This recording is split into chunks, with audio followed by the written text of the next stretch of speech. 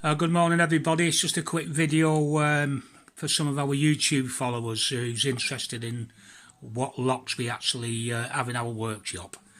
So on this table here, this is mainly where we do the lock bumping. So the majority of the locks on this table can be bumped. As you can see, we have quite a good selection of different locks. One of the interesting ones that we find that can be bumped is this one, which is a Locks for Vans lock. Bumping itself, it is another skill. It's not as easy as people think. You've got to identify the lock and know which key is going to work in that lock, and it still takes a bit of skill. Not as much skill as lock picking, of course, you know, but it is a faster way to learn. Lock picking skills can take quite a while, where learning the lock bumping is a lot quicker. Then we go over to this bench here, and then what you can see is we've got various locks, and we set them up in our different boxes. So we've got them cylinders, Euro 1 and 3 star, oval cylinders, thumb turn cylinders, and then obviously a pile of normal Euros, some unbranded, some branded ones there, and then more Euros. We've got cam locks and garage locks, and then obviously just keys there, what we can make bump keys out of. We do a bump key course actually, and it's run by Jim Evans. He's an expert in lock bumping. And top shelf, we have different pick sets that we use. We have some manual pick guns, a few padlocks, which are pin cylinders at the end of the day, so we open up the same way. A couple of clear padlocks, that's just to explain basically how the pin cylinders work. We don't really encourage the use of clear locks for practice. It gives you a false sense of picking, really. So we don't recommend them. Again, there's a pinning kit there, and a few other bits and pieces on there, including the first aid kits and obviously safety glasses.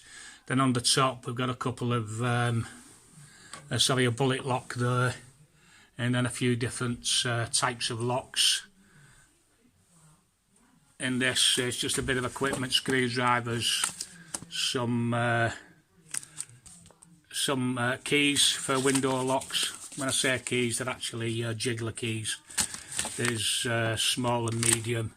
Obviously some picking sets. Suba, we like the Suba picking sets, the Suba Majestic picks. I've been using them for about 14 years now, and I think they're a fairly good standard of pick to start off with. Obviously the mica. And then down here, courtesy of Apex, is our pinning mats. But if you can't afford a pinning mat, then you can always make one. That's just a bit of cardboard just to keep the pins in.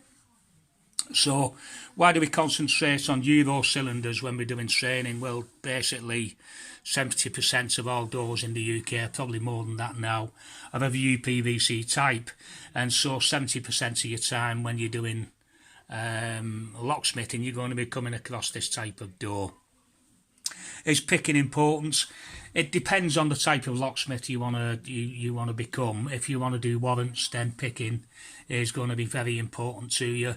If you're doing general locksmith work, then picking is going to account for less than 10% of your locks. So like the emergency lockout is actually less than 10% of our work, and out of that 10%, the majority of the people who are locked out have left keys inside the house, which means that we can actually bypass the lock without the need for picking or drilling it. And then of course, if people have lost the keys, then we're going to be either picking or drilling the lock anyway. The importance of learning the drilling skills is actually because if you can't pick a lock and the customer needs to get in, you need to get them in. So you know, you need to be able to use what we call destructive methods, or being able to drill the lock at times. So the rest of the units, we have doors set up. We've got some window handles to practice on. We've got doors where you can actually fit the locks. So there's a couple of night latches, there are different styles. We've got mortise locks in there that's fitted. And obviously a UPVC door, which we're going to spend majority of our time on. You're going to be looking at the UDO cylinders, not only that, outer gain entry.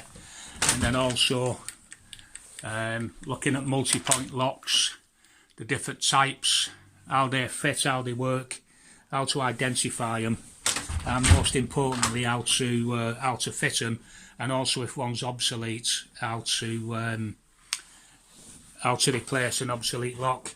And obviously you practice your picking and your bumping on a live door. Thank you.